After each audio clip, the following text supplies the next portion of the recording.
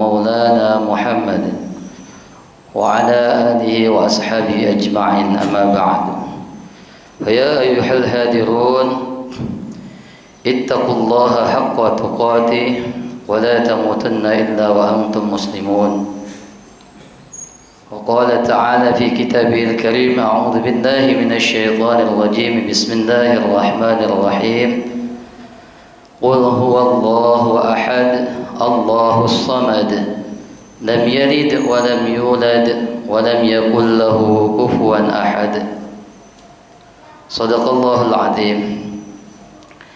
Hadirin sidang Jumaah yang dirahmati oleh Allah Subhanahu wa taala. Marilah kita bersyukur kehadirat Allah Subhanahu wa taala yang mana pada siang hari ini kita masih diberikan kekuatan oleh Allah Subhanahu wa taala untuk melaksanakan perintahnya. Kita masih diberikan kesehatan dan juga kita masih diberikan nikmat iman dan Islam oleh Allah Subhanahu wa taala. Dan kita juga masih diberikan kenyamanan, ketentraman, kedamaian di negara kita yang kita cintai, yaitu Indonesia Raya. Patut kita syukuri kenyamanan kita, kedamaian kita di Indonesia ini. Karena banyak saudara-saudara kita yang mau mengamalkan agama sangat sulit. Kita lihat saudara-saudara kita di Palestina, jangankan mau sholat, tempatnya saja sudah tidak ada mungkin. Tapi alhamdulillah hadirin yang dimuliakan oleh Allah Subhanahu wa taala, kita diberikan tempat yang nyaman. Maka hadirin Allah Ta'ala, pernah ada satu tamu dari Arab. Ada kawan saya datang dari Arab ini, dari Saudi. Dia datang ke Indonesia, maka yang pertama kali dia sebut jannah. Jannah, Indonesia ini jannah, surga. Udaranya sejuk, lingkungannya baik-baik, sopan-sopan, beradab, berakhlak. Bahkan hadirin Allah, mereka ini rela meninggalkan tempatnya buat tamunya. Karena dia, orang-orang Indonesia ini banyak yang mengamalkan tentang hadis Rasulullah SAW, muliakan tamu. Kalau kalian beriman kepada Allah dan Rasulnya, maka muliakan tamu. Maka pernah suatu saat ada jemaah saya di samping saya ini sedang duduk, lalu ada tamu dari Saudi ini datang. Maka yang biasanya dia duduk di situ, dia kasih ke tamu yang Saudi dari tadi. Maka terkesan bagi orang-orang Arab Saudi tadi. Maka hadirin Allah, bersyukur kita masih tinggal di negeri yang nyaman, negeri yang damai. Walaupun mungkin di antara kita masih ada yang gontok-gontokan, yang iri-iri hati, yang masih kepanasan kalau misalkan tetangganya beli kulkas, yang masih kedinginan juga ya kalau tetangganya beli AC. Hadirin yang dimuliakan oleh Allah Subhanahu wa taala, ini adalah nikmat-nikmat yang Allah telah berikan kepada kita dan wajib kita syukuri. Maka ulama beritahu hadirin Allah Subhanahu wa taala, rasa syukur yang ada dalam diri kita ini ada dua perkara minimal. Yang pertama, untuk menjaga nikmat yang telah ada dalam diri kita, yang Allah telah berikan kepada kita. Dengan rasa syukur ini, kita sedang menjaga nikmat yang Allah telah berikan kepada kita. Bersyukur atas mata yang bisa melihat, bersyukur atas telinga yang bisa mendengar, bersyukur atas mulut yang bisa berbicara. Maka apabila kita bersyukur kepada Allah, maka akan Allah jaga nikmat yang ada pada mata kita, yang ada pada telinga kita, yang ada pada mulut kita, dan yang ada di dalam daripada tubuh kita ini. Kita bisa mendengar karena diperdengarkan oleh Allah Subhanahu wa taala. Kita bisa melihat karena dilihatkan oleh Allah. Hadirin yang dimuliakan oleh Allah Subhanahu wa taala, orang buta sama-sama punya mata, hadirin yang mulia. Pernahkah kita berpikir bahwa orang buta itu punya mata? Punya, hadirin yang mulia. Tapi dengan matanya dia tidak dapat melihat. Orang tuli pun begitu hadirin mulia. Dia punya telinga, namun dengan telinganya tidak dapat mendengar hadirin yang mulia. Orang bisu punya mulut, punya lidah, punya gigi, namun dengan mulutnya dia tidak dapat berbicara. Namun kita bersyukur hadirin yang mulia, kita diberikan mulut bisa berbicara, diberikan telinga bisa mendengar, diberikan mata bisa melihat hadirin Allah. Maka hadirin Allah, dan jika kita bersyukur atas nikmat Allah, maka satu yang pertama kita ini adalah dijaga nikmat yang telah Allah berikan, dan yang kedua Allah akan tambah nikmat-nikmatnya lagi kepada kita. La in syakartum la azidannakum wa la in kafartum inna adzabi lasyadid. Maka hadirin yang dimuliakan Allah SWT, tanda syukur kita ini kepada Allah Subhanahu wa taala, marilah di mimbar yang mulia ini, di kesempatan yang sangat mulia, khatib berwasiat pada diri khatib pribadi dan juga pada jamaah-jamaah sekalian, marilah kita tingkatkan kualitas iman dan takwa kita kepada Allah Subhanahu wa taala. Karena dengan iman dan takwa kepada Allah Subhanahu wa taala bisa menyelamatkan kita di dunia maupun di akhirat. Bukan hanya di akhirat, tetapi di dunia kita akan bahagia, di akhirat juga akan bahagia selama-lamanya. Hadirin yang dimuliakan oleh Allah Subhanahu wa taala, ya. Seberapapun banyak bekal dunia kita, seberapapun kekayaan harta kita, seberapapun banyak daripada kebenaran-kebenaran kita, maka hadirin yang mulia akan mengantarkan kita sampai dengan liang kubur kita saja hadirin Allah. Tidak akan masuk mengikuti dalam kubur kita hadirin yang mulia. Namun hadirin yang dimuliakan Allah, harta kita, jiwa kita, waktu kita yang telah kita gunakan untuk di jalan Allah, maka ini akan kita jumpai di akhirat kelak hadirin yang mulia. Ada orang yang beranggapan harta tidak dibawa mati, benar. Namun harta yang digunakan di jalan Allah ketika di dunia, ketika kita masih hidup di dunia, maka hadirin yang dimuliakan oleh Allah Subhanahu wa taala akan kita jumpai lagi, dan itulah harta kita yang sesungguhnya hadirin subhanahu wa taala. Salawat serta salam kita haturkan kepada kehadiran kita Nabi besar Nabi Muhammad sallallahu alaihi wasallam. Nabi yang agung, Nabi yang membawa kita dari alam dari alam kegelapan ini membawa ke alam kita, ke alam keterangannya di Allah. Alam yang terang menderang, bisa membedakan mana yang baik, mana yang buruk, mana yang halal, mana yang haram. Dialah Nabi kita Nabi Muhammad sallallahu alaihi wasallam. Di bulan Rabiul Awal kemarin banyak saudara-saudara kita, bahkan di masjid-masjid kita juga mengadakan Maulid Nabi Muhammad sallallahu alaihi wasallam. Ini tanda kecintaan kita kepada Nabi Muhammad sallallahu alaihi wasallam. Maka hadirin yang dimuliakan Allah SWT, di peringatan-peringatan tersebut hadirin yang mulia, sudah selayaknya ada perbaikan-perbaikan dalam diri kita, ada perbaikan kualitas iman kita, ada perbaikan daripada ketakwaan kita kepada Allah Subhanahu wa taala, meningkatnya ibadah kita mengikuti sunnah Rasulullah sallallahu alaihi wasallam. Sangat disayangkan hadirin yang mulia apabila kita mengadakan perayaan-perayaan hari besar umat Islam, namun tidak ada perbaikan dalam diri kita. Memang hidayah itu ada di tangan Allah Subhanahu wa taala. Namun kalau kita tidak berdoa kepada Allah untuk minta hidayah, tidak menjemput hidayah tersebut, maka bagaimana mungkin Allah akan merubah nasib kita hadirin yang mulia? Bagaimana mungkin Allah akan memperbaiki diri kita hadirin Allah SWT?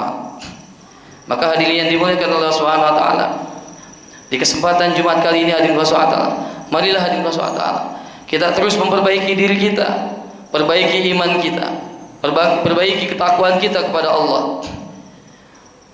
Hadirin yang mulia Allah SWT, yang dinamakan meninggalkan perintah Allah, ini juga ada nilai ibadahnya di sisi Allah Subhanahu wa taala.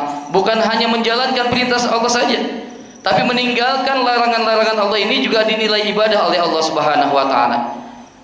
Meninggalkan larangan Allah, meninggalkan zina, meninggalkan korupsi, meninggalkan pertengkaran, meninggalkan iri hati dengki.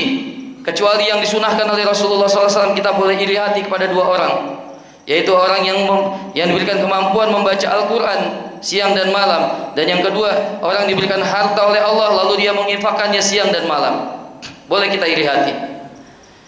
Maka hadirin yang dimuliakan Allah Subhanahu wa taala, di kesempatan mimbar kita Jumat ini hadirin Allah Subhanahu wa taala, khatib selalu mewasitkan iman dan takwa. Iman dan takwa karena emang ini hadirin Allah Subhanahu wa taala. Dengan iman dan takwa kita akan terbebas daripada siksa nerakanya Allah Subhanahu wa taala. Hadirin yang dimuliakan Allah Subhanahu wa taala, kisah seorang manusia ini ketika mati belum selesai hadirin. Ketika dia meninggal dunia, belum selesai ceritanya seorang manusia. Sebagaimana Allah ceritakan dalam Al-Qur'an, fariqun fil jannah wa fariqun fis sa'ir. Sebagian orang masuk surga dan sebagian orang masuk neraka, barulah selesai cerita seorang manusia. Selagi manusia itu baru meninggal dunia, itulah awal kehidupan hadirin yang mulia. Masuknya seorang hamba ke liang lahatnya, ke liang kuburnya hadirin yang mulia. Barulah di situ start permulaan hadirin yang mulia kehidupan yang sesungguhnya. Ditanya, siapakah Tuhanmu? Siapakah nabimu? Apa kitabmu? Maka hadirin yang mulia, ketika orang-orang yang dia perangainya baik ketika di dunia, maka kubur akan memanggil-manggil fulan bin fulan, wahai fulan bin fulan, engkaulah yang dimuliakan oleh Allah Subhanahu wa taala. Mari masuklah ke dalam kuburmu. Maka kuburnya akan meluas seluas mata memandang. Lalu dibukakanlah jendela-jendela surga di dalam kuburnya hadirin Allah SWT. Namun hadirin yang dimuliakan oleh Allah SWT, apabila dia perangainya ketika di dunia orang yang buruk, orang yang jahat, maka kubur pun memanggil-manggilnya hadirin yang mulia. Wahai fulan bin fulan, masuklah ke dalam kuburmu. Aku telah menunggumu. Engkaulah orang yang dibenci oleh Allah Subhanahu wa taala. Aku diperintahkan oleh Allah Subhanahu wa taala untuk menyiksamu. Maka dihadirkan ular yang bernama Suja'ul Aqra ke dalam kuburnya hadirin yang mulia. Seekor ular yang namanya Suja'ul Aqra yang panjangnya Masya Allah sehari perjalanan ya.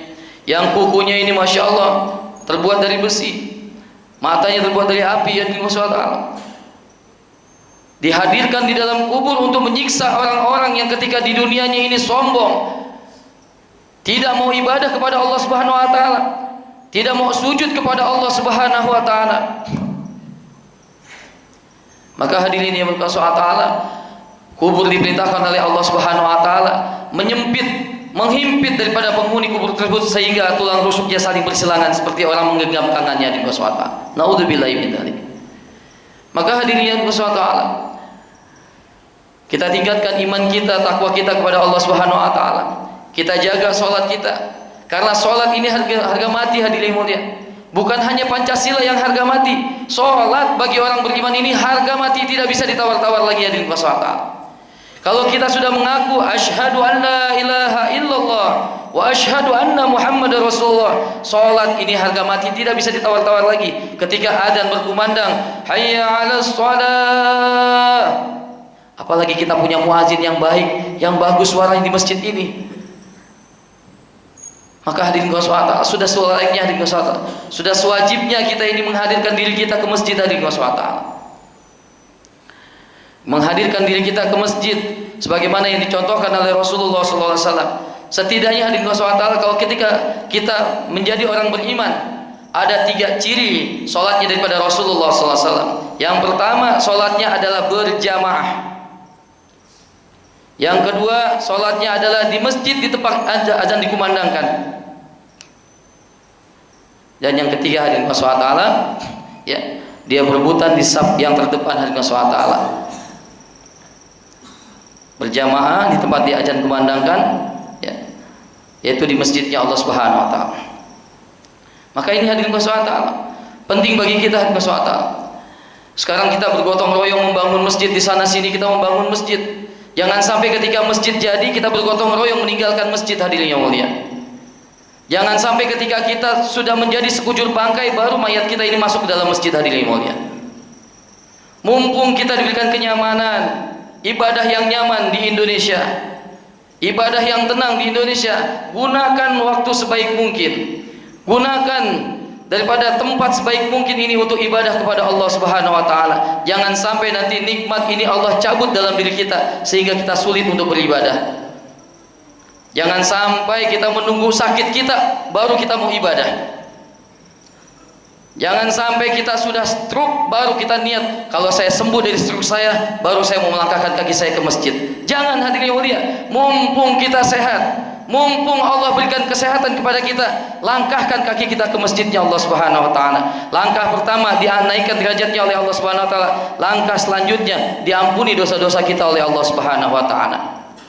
Dan beruntungnya hadirin yang mulia orang yang mendatangkan dirinya ke masjid untuk sholat berjamaah, maka selagi dia ada wudhu di dalam masjid ini, maka malaikat mendoakan ampunan kepada beliau hadirin Allah. Maka malaikat mendoakan, Allahumma ighfir lahu warhamhu, Allahumma ighfir lahu warhamhu. Malaikat mendoakan orang-orang yang datang ke masjid hadirin yang mulia. Sangat disayangkan kalau kita meninggalkan kesempatan-kesempatan yang emas ini.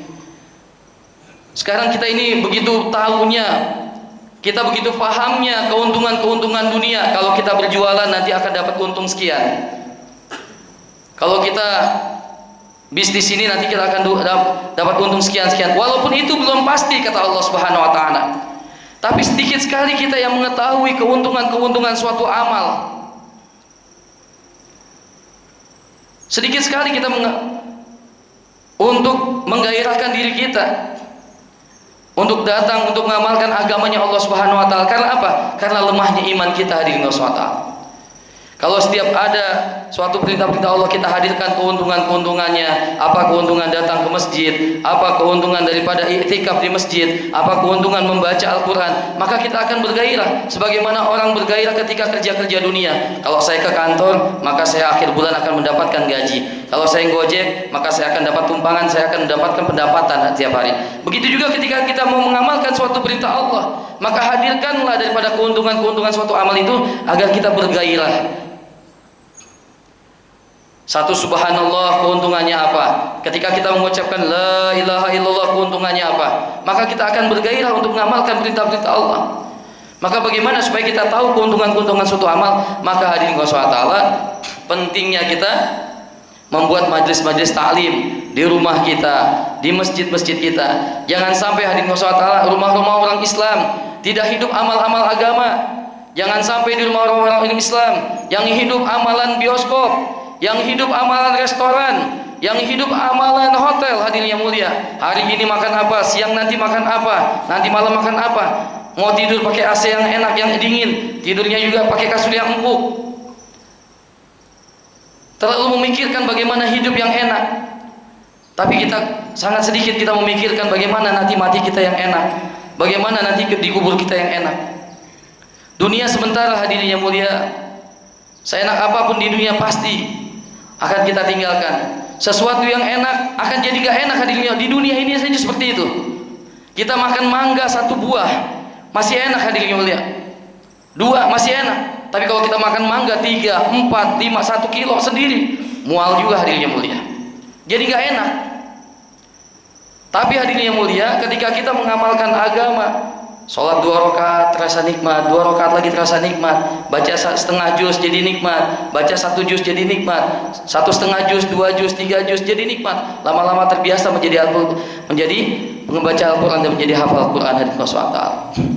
Maka hadirin yang dimuliakan Allah SWT, maka di kesempatan Jumat kali ini hadirin Allah SWT, ya, kalau seandainya kita tiap hari tidak mendengarkan ceramah-ceramah agama, maka di kesempatan Jumat ini hadirin Allah SWT, tegakkan pandangan kita hadirin Allah SWT. Dengarkan daripada khotib-khotib Jumat hadirin Allah SWT. Terkadang kita terbalik hadirin yang mulia, di luar masjid kita tegakkan pandangan, namun ketika di dalam masjid kita tundukkan pandangan. Ini terbalik hadirinnya yang mulia. Kalau di luar masjid kita tundukkan pandangan, ghuddul basar namanya dalam agama. Maka kalau di dalam masjid tegakkan pandangan, lihat yang berbicara, dengarkan, agar kita mendapatkan hidayah dan petunjuk daripada Allah Subhanahu wa taala. Maka ini hadirin Allah yang dapat khatib sampaikan. Semoga apa yang khatib sampaikan dapat bermanfaat bagi diri khatib pribadi dan juga bapak ibu sekalian. Barakallahu li wa lakum fil Qur'anil azim wa nafa'ani wa iyyakum bima fihi minal ayati wa dzikril hakim. Wa taqabbalu minkum tilawatahu innahu was-sami'ul 'alim. Aqulu qawli hadza astaghfirullahal azim wa lakum wa lisa'iril muslimina wal muslimat wal mu'minin.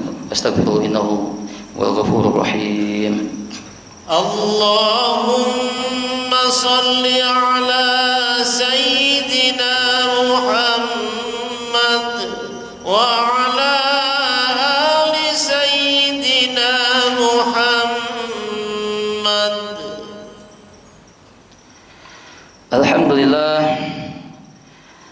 Alhamdulillahi hamdan katsiran kama amara. Asyhadu an la ilaha illallah wahdahu la syarika lahu wa asyhadu anna Muhammadan abduhu wa rasuluhu la nabiyya ba'da. Allahumma shalli wa sallim ala sayyidina wa maulana Muhammadin sallallahu alaihi wasallam wa ala alihi wa ashabihi ajma'in, amma ba'd. Fa ya ibadallah ittaqullaha haqqa tuqatih wa la tamutunna illa wa antum muslimun. Wa qala ta'ala fi kitabil karim, ya ayyuhalladzina amanu ya ayyuhalladzina amanu taqullaha haqqa tuqatih wa la tamutunna illa wa antum muslimun. Wa qala ta'ala fi kitabil karim, a'udzu billahi minasyaitonir rajim, bismillahirrahmanirrahim, qul ya ayyuhal kafirun la a'budu ma ta'budun wa la antum 'abiduna ma a'budu wa la ana 'abidun ma 'abadtum wa la antum 'abiduna ma a'budu lakum dinukum waliyadin. Allahumma ighfir lil muslimina wal muslimat wal mu'minina wal mu'minat al ahya'i minhum wal amwat bi rahmatika ya arhamar rahimin.